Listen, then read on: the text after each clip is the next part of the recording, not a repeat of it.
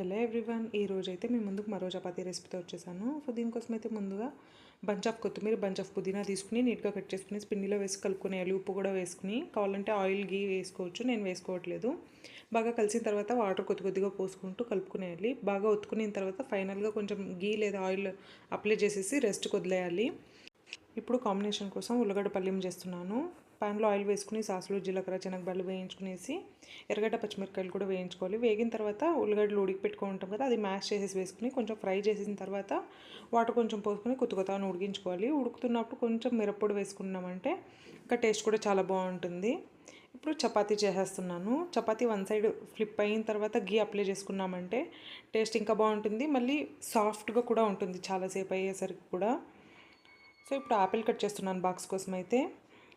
ఇలా కట్ చేస్తే తక్కువ వేస్ట్ అవుతుంది అనేసి నేను ఇలా కట్ చేస్తున్నాను. ఫైనల్గా బాక్స్లో వేసేసి ఉప్పు, పెప్పర్ రెండు